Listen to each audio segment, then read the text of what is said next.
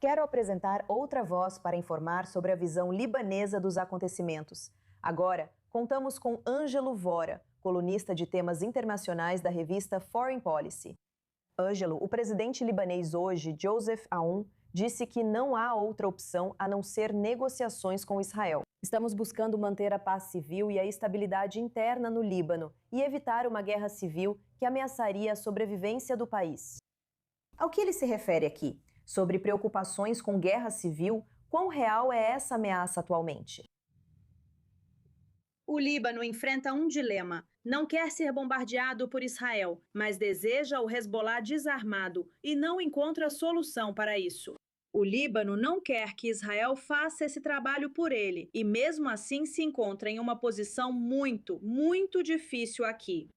O que Aoun está se referindo é ao fato de que, se o Hezbollah for enfrentado pelas forças armadas libanesas, então pode haver confrontos entre o Hezbollah e o exército.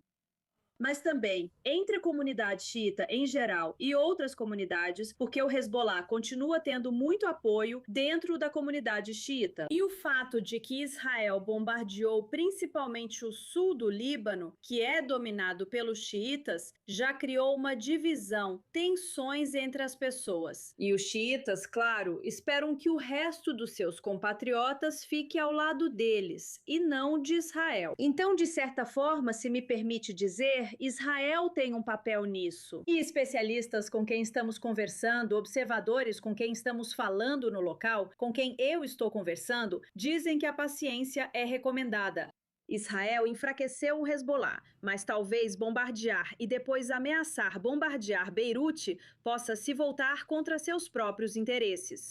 Bem, seja por falta de vontade, força ou recursos, uma grande questão é o quão capaz o exército libanês está, já que sozinho não representa ameaça ao Hezbollah. Mas que tipo de ajuda o Líbano aceitaria de Washington ou até mesmo de Israel para fazer o Hezbollah se desarmar? Bem, nada oficial pode ser aceito de Israel. E como mencionei antes, paciência. Temos que ter em mente que os libaneses nunca aceitarão isso. Mas o fato de que o Estado agora encontrou coragem para realmente pedir isso, o desarmamento oficial do Hezbollah tem a ver, em parte, com o fato de que as forças armadas israelenses e seus bombardeios podem enfraquecer as capacidades do Hezbollah. E ainda não acabou, porque o Hezbollah, de muitas maneiras, não é uma pessoa só, nem apenas um conjunto de integrantes. Mas, de modo geral, o grupo recebe apoio de uma grande comunidade no país. Então, o que Israel pode fazer pelo Líbano, como mencionei anteriormente, é ter paciência. E o que qualquer pessoa pode fazer pelo Líbano é fortalecer o Estado libanês, que depois de décadas finalmente está em um ponto em que tem a confiança do seu povo e a coragem. E eu estou te dizendo, isso é algo realmente grande, a coragem de pedir o desarmamento oficial do Hezbollah. A legitimidade de tudo isso só existe se isso for realmente levado adiante pelo Estado libanês. Então eu diria que todo mundo que quer, sabe, que seja bom para o povo libanês, para o povo israelense, tem que pensar em como podemos fortalecer o Estado libanês. No entanto, algumas pessoas com quem estou conversando no Líbano, alguns especialistas, pessoas bem informadas, dizem que quando se trata de forças internacionais, tem que haver uma versão diferente da UNIFIL. O mandato da UNIFIL acaba no fim do ano. Uma força internacional mais forte, com um mandato para fazer mais do que os capacetes azuis jamais poderiam, o que significa uma força que possa enfrentar militarmente o Hezbollah. Algumas pessoas estão defendendo isso. Além disso, estou curiosa sobre o presidente do parlamento alinhado ao Hezbollah, Nabi Berri. Quanta influência ele tem sobre as decisões do governo neste momento? Qual a influência dele nessas negociações apoiadas pelos Estados Unidos?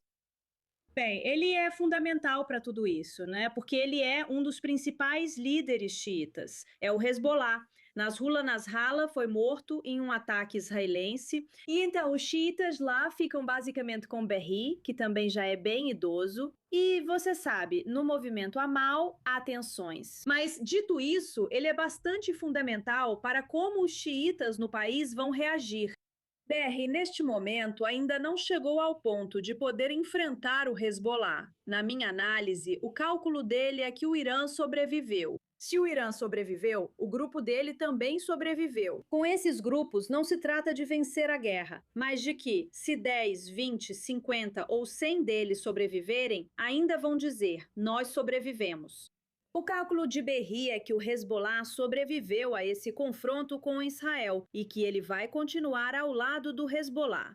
No entanto, se você observar os bombardeios de 8 de abril, que foram bastante massivos e amplamente criticados, os bombardeios de Israel no Líbano também atingiram áreas dominadas pela Amal.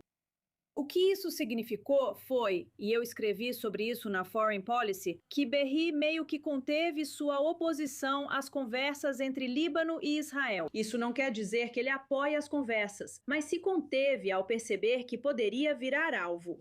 No entanto, ele é um jogador importante e acho que não está revelando o jogo, está se resguardando. Ele aguarda para ver até onde a oposição xiita ao Hezbollah vai evoluir com o tempo, já que isso muda semanalmente. Às vezes achamos que os xiitas podem se voltar contra o Hezbollah, mas com os bombardeios israelenses aumentando, as emoções podem mudar de direção. Eles vão se unir contra todo mundo e ficar ao lado do Hezbollah, ou vão se levantar e dizer: chega, na verdade estamos nesses problemas por causa do próprio Hezbollah. Ninguém tem uma resposta clara para isso. E Berri também não tem. No entanto, ele vai ver como isso se desenrola. Todos aguardam para ver como isso vai se desenrolar. Ângelo Vora, foi ótimo tê-la hoje na I24 News em inglês. Obrigada.